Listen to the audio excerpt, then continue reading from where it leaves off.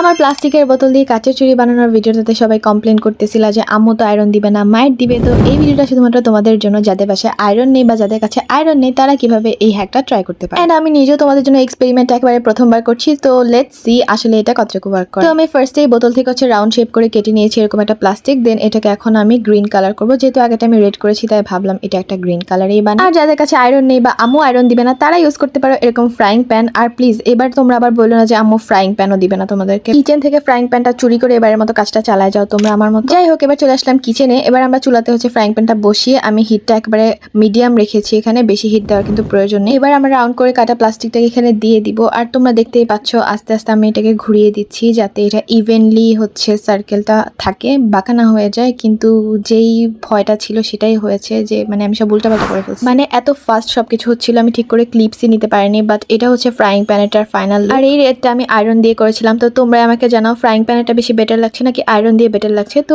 যাদের কাছে frying pan আছে তারা কিন্তু ফ্রাইং প্যান দিয়ে এটা ট্রাই করতে পারো, আয়রন না থাকলেও কোনো সমস্যা নেই।